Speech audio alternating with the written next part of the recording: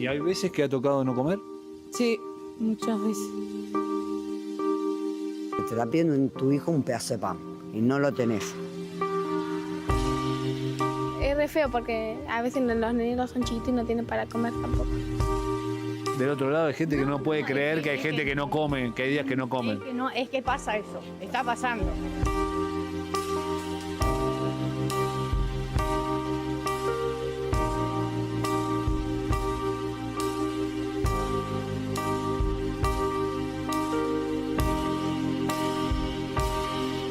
La desaceleración de la inflación al 1.5 mensual en la Argentina, medida por el INDEC, se celebró y mucho por el gobierno nacional. Mientras tanto, 1.400.000 chicos todavía no logran comer absolutamente todos los días en la Argentina y más de la mitad de los niños, niñas y adolescentes siguen en la pobreza. Son números a simple vista mejores a los del año pasado, pero en un barrio como el de Los Hornos, la realidad habla por sí sola. A ver qué estamos preparando acá. Como un guiso de arroz, un guisito de arroz. Guiso de arroz y avisaron que había comida, consiguieron comida, se avisa. Bueno, conseguimos las cosas hoy, que fuimos, nos donaron y bueno, gracias a Dios, como el lunes no pudimos cocinar, hoy le pudimos cocinar un guiso de arroz a la gente. El día que no pudiste cocinar vos para el barrio. Vino mucha gente vino a preguntar si había comedor o vinieron con los tuppers, porque ellos ya saben, viste, algunos no tienen teléfono acá en el barrio o algo y nosotros tenemos un grupo que avisamos. Pero cuando le dijiste, che, no hay comida hoy. Y la gente te mira y se va. Y se va y no come. Y hay mucha gente que no come. Los chicos de esas casas no comen. Para darle de comer a los chicos, ¿cómo hacen? Yo salgo a pedir a la gente. La gente me da la mano y si no es comedor. Yo siempre vengo al comedor. Y si no está el comedor en el barrio, ¿los chicos comen a la noche, por ejemplo? Llevo un poco de comida. Un poco de comida. ¿Para cuánto alcanza? ¿Cuántos son de familia? Y nosotros somos como 10. ¿Qué pasa si el comedor no tiene comida? ¿Cómo hacen ese día? Y esperamos hasta que haya. Es así, la verdad, es así. Ahora es así. No, porque quizás del otro lado hay gente que no puede creer que hay gente que no come, que hay días que no comen. Es que pasa eso, está pasando.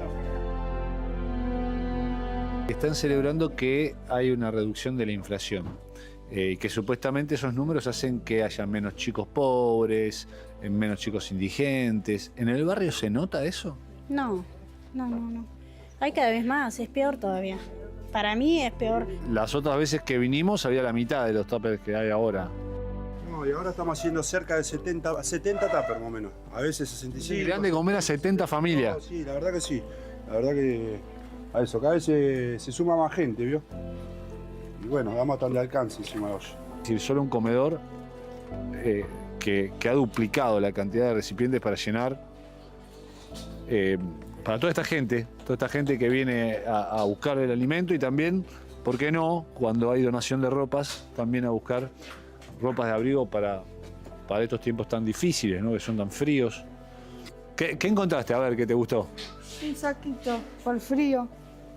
¿Y el tema de la comida? Vamos a buscar los comedores o salimos a manguear. ¿Tenés hermanos? ¿Vos cuántos años tenés? Yo tengo 23. ¿Tenés hermanos más chicos? Sí. ¿Cómo es la situación a la noche a veces? ¿No hay comida? A la noche no, tenemos que salir a rebuscar.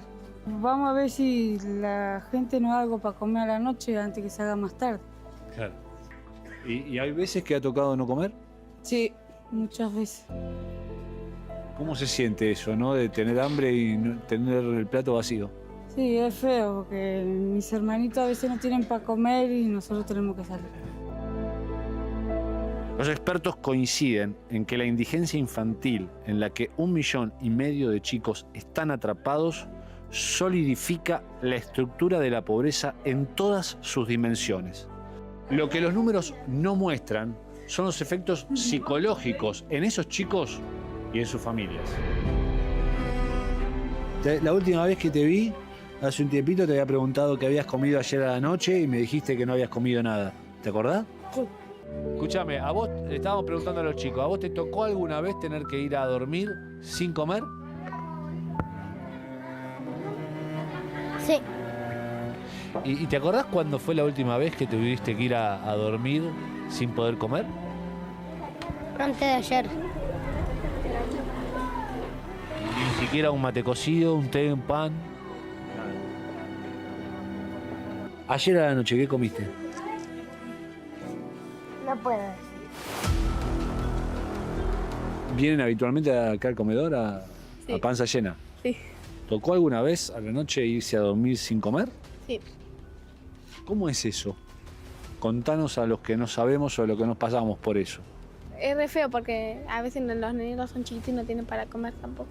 Y ellos piden. Sí. Y vos como hermana más grande, ¿qué les decís? Le hago algo, un té, algo. Un té. Sí. Y con un té más o menos, un té, una galletita, pan. ¿Qué hacen? ¿Con qué acompañan el té a la noche? Con pan. Porque el pan te llena más. ¿Cómo? Porque el pan te llena más que la galletita. Claro, se expande el pan. Por eso. ¿Va más gente que antes al comedor o menos gente? Va más gente. Sí. ¿Qué siente un padre o una madre cuando no tiene con qué alimentar a sus hijos? Son preguntas que por pudor no se hacen. Son respuestas que perforan la línea infinita del ajuste que asfixia día tras día a los más vulnerables. ¿A cuánto estás de...? Y unas 15 cuadras. 15 cuadras. Contame por qué viniste. ¿Por qué te haces este trayecto a la noche, un día tan frío? Porque necesitamos la comida, sinceramente. Tanto yo como mi familia. ¿Cuántos hijos tenés? Yo, 14. ¿Estás con trabajo? Ahora no, porque tengo hernia de disco y no puedo laburar. ¿Le tocó alguna vez a esos 14 chicos, alguna vez decirle, che, hoy no hay para comer? Un montón de veces. Un montón de veces. Viste que es incómoda la pregunta, porque no sé, por pudor no se hace, ¿no? Pero, ¿qué siente un padre cuando tiene que decirle que no hay comida en la mesa a sus hijos? Nada, es horrible porque ellos están esperando a ver si uno llega con algo y al no traer. ¿Y les podés decir algo? ¿Te acordás alguna vez que te tocó No, decir? llorábamos a la par, porque a veces no teníamos ni para comer. ¿Lloraban en familia? Sí, porque hemos ido y a veces la gente te da, a veces no. En las panaderías y todo eso. No me da vergüenza, de verdad. Porque a veces, del otro lado, la gente no sabe lo que es. Llorar en familia, por ejemplo, porque no hay comida. Es horrible. La hemos vivido.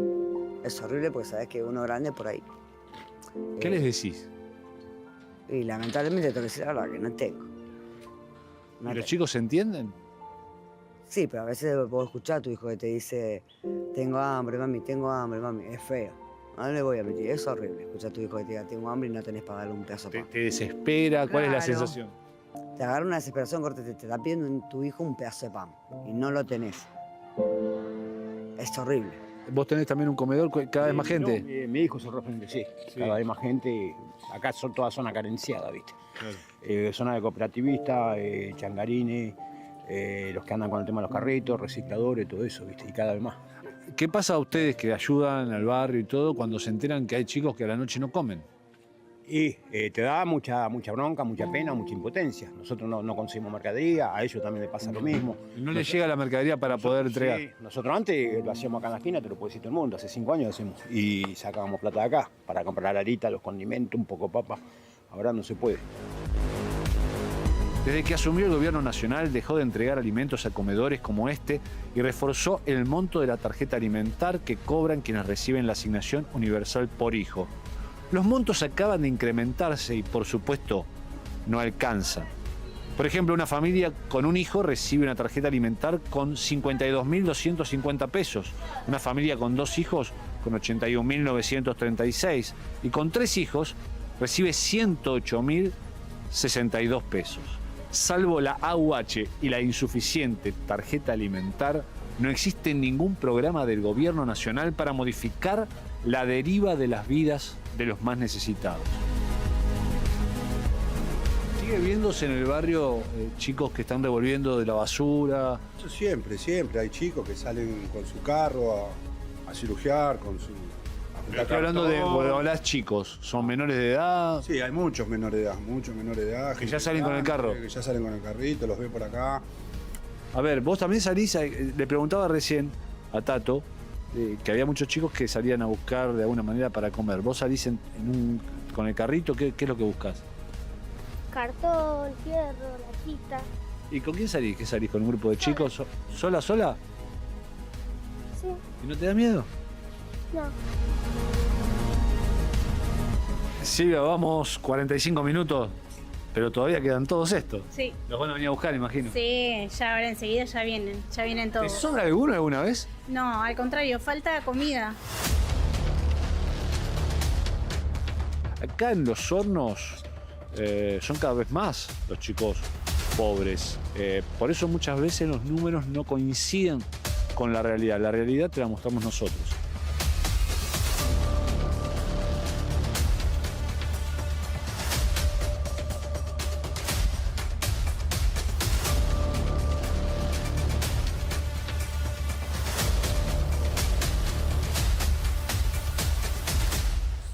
Una cosa son las estadísticas y otra cosa es la crónica, lo que nosotros podemos contar de los casos que podemos registrar. Y esto es lo que vimos en Los Hornos, el doble de tuppers, que ni siquiera son tuppers, ustedes vieron, en muchos casos son tachos de pintura.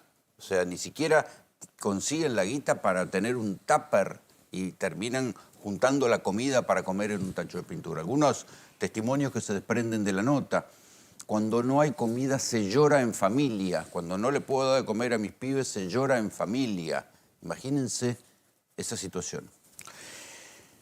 El gobierno no tiene políticas activas a la vista, salvo, como contaba el informe, la tarjeta alimentar o la asignación universal por hijo. El resto, o sea, es que cada uno se arregle con lo que recibe y listo.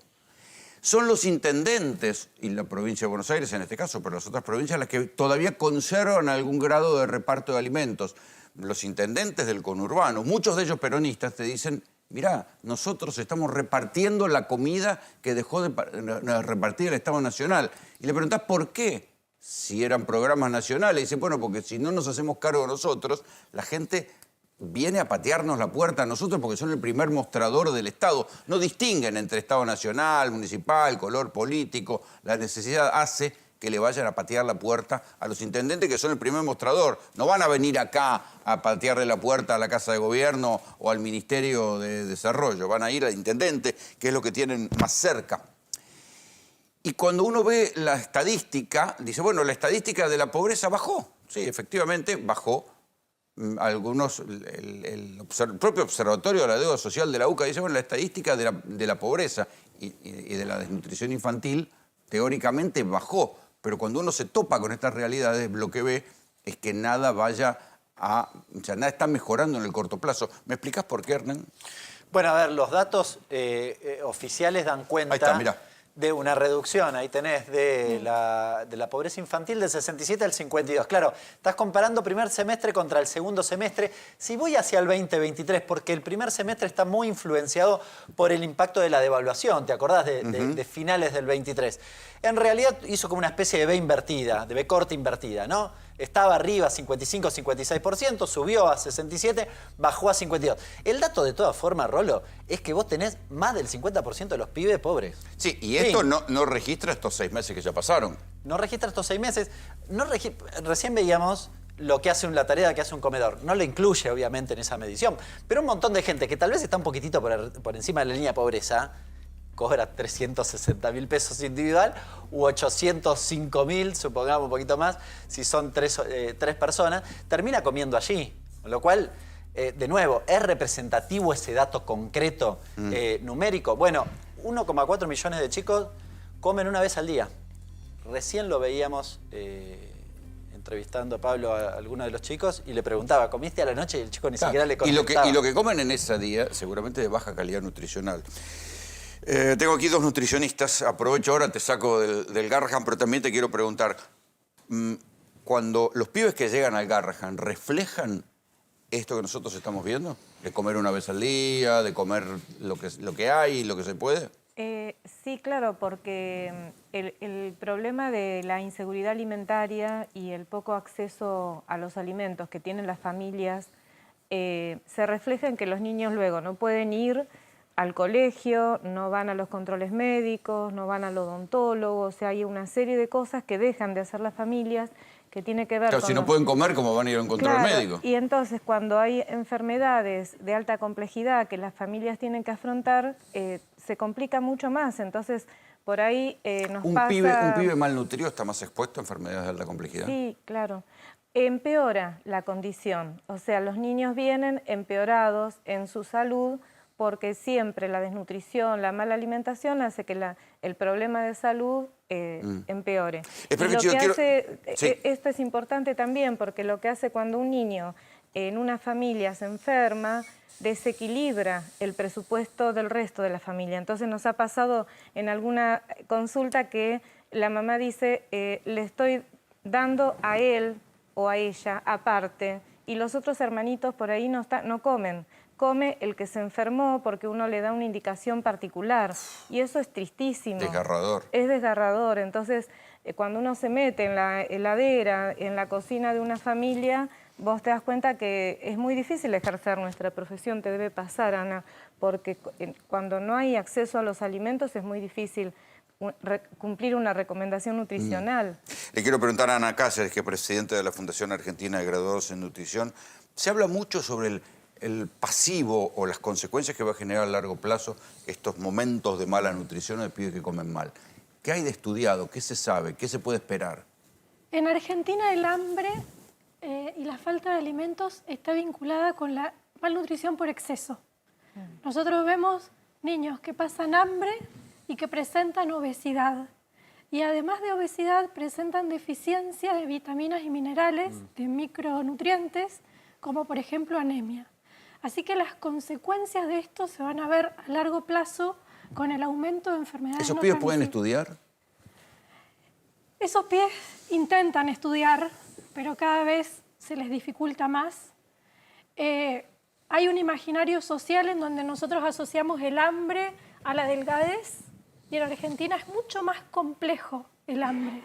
Porque bien lo dijiste vos, no solo no comen, sino que la comida que comen es de baja calidad. Entonces, o sea, si la única comida del día son fideos, o pan, Nosotros estamos acostumbrados a pensar en el derecho que tienen los niños y niñas a no pasar hambre.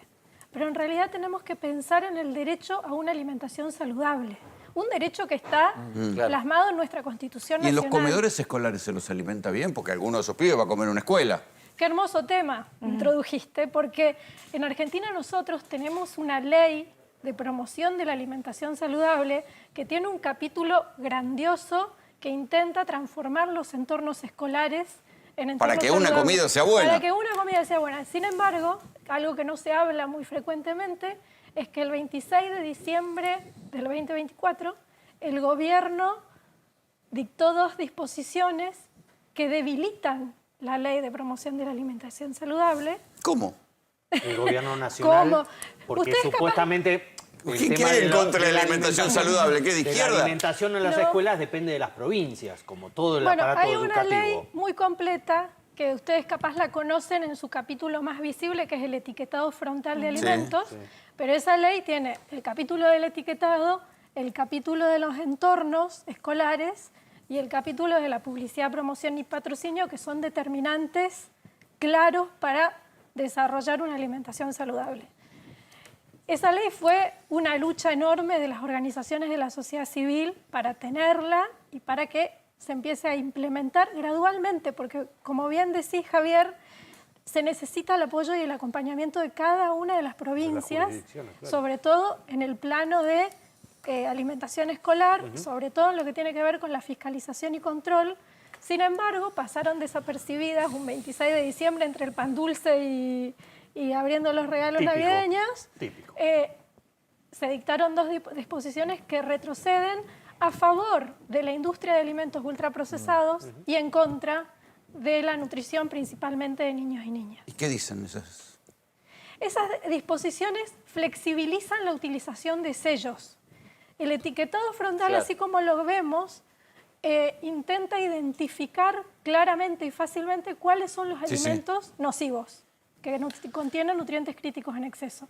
Entonces, esos alimentos no podrían ingresar al comedor escolar, no podrían formar parte de las compras públicas, no podrían, o sea, en Argentina lo que sucedió y por qué queremos mostrar cuáles son los ultraprocesados, se desplazaron los alimentos reales, las frutas, las verduras, las carnes, la legumbre por una enorme cantidad de alimentos industrializados en la mesa diaria y de bebidas azucaradas. ese tipo de alimentación es la que más se ve en los sectores populares. En los sectores populares.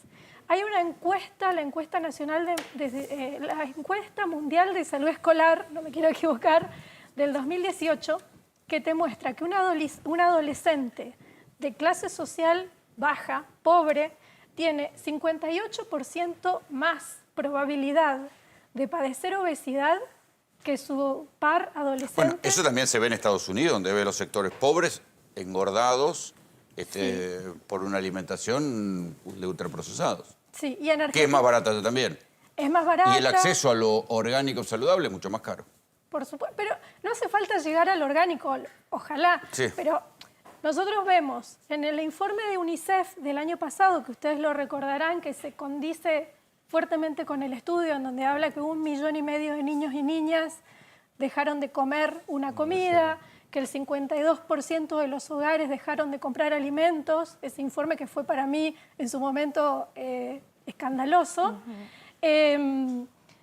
muestra que justamente en esos hogares también disminuyó el consumo de carne, 76% de carne, consumieron menos, frutas, verduras, lácteos. Entonces, O sea, y se relajaron las normas para que el Estado provea una alimentación saludable desde las escuelas. Desde las escuelas. Ah. ¿La carne con qué se reemplazó, por ejemplo? Con ultraprocesados, con lo que hay. harinas, con lo que hay, con lo que hay, con un mate cocido, con torta frita, con lo que pueden. Por eso nosotros desde FAGRAN hacemos muy fuerte hincapié en que se debe garantizar el derecho a una alimentación saludable, no solo el derecho a no pasar hambre. No tenemos que poner el foco Claro, lo que en pasa es el que plato de el comida. derecho como tal, sin presupuesto y sin trabajo, es una letra muerta. Es una letra muerta, que lo vemos reflejado hipotecando el futuro de esas infancias. Bueno, esta es una de las contradicciones que debes ver en el Garrahan. Cuando los pibes comen en el hospital, comen la comida que tienen que comer, salen de ahí Seguro. y ya... O sea, al día son pibes, no sé cuánto debe costar, si hubiera que ponerlo, monetizarlo, están internados en el Garrahan, debe costar fácil $1000 por día, no sé. Sí, no tengo el cálculo Pero para decírtelo. ese pibe es un pero pibe de $1000 por día mientras está en el Seguro. Garrahan y después pasa a ser un pibe de 100 pesos por día.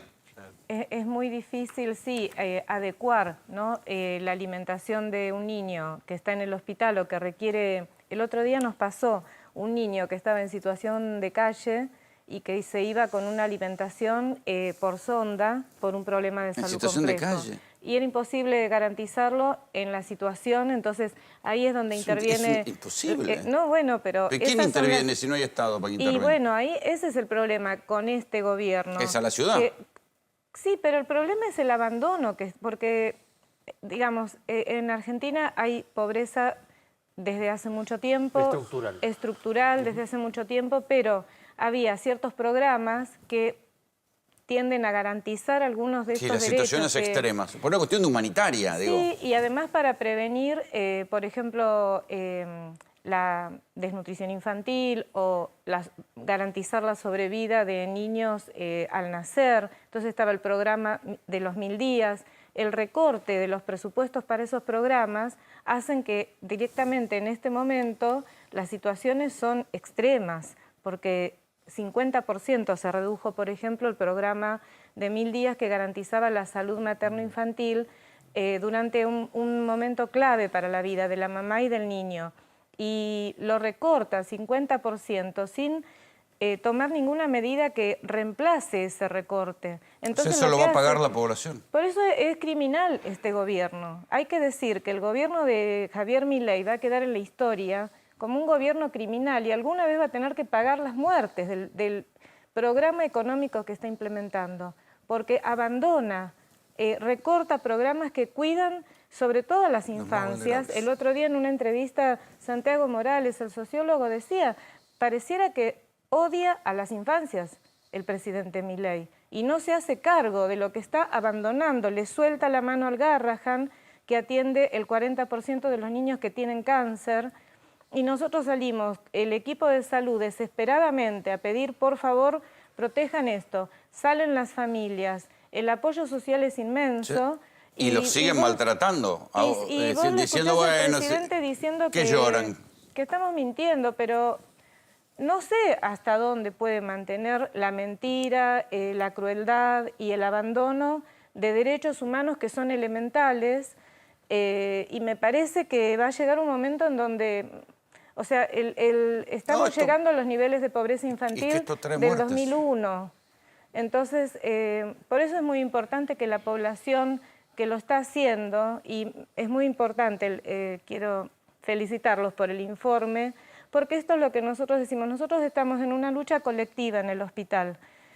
Y es muy importante la lucha colectiva, porque si no el hilo se corta en la familia que está solita con su vida, con sus hijos, con las responsabilidades perdida en un lugar de del cuidado, conurbano. solo, sin poder defenderse. Entonces, por eso es importante la lucha colectiva y el apoyo social a que un gobierno tiene que garantizar ciertos derechos, y el gobierno de Milei lo niega. O sea, se ha subido a un caballo que no sé hasta dónde le va a funcionar, porque yo creo que la mecha ya le va quedando corta. Les agradezco a las dos que hayan venido. Muchas gracias a ustedes. Gracias.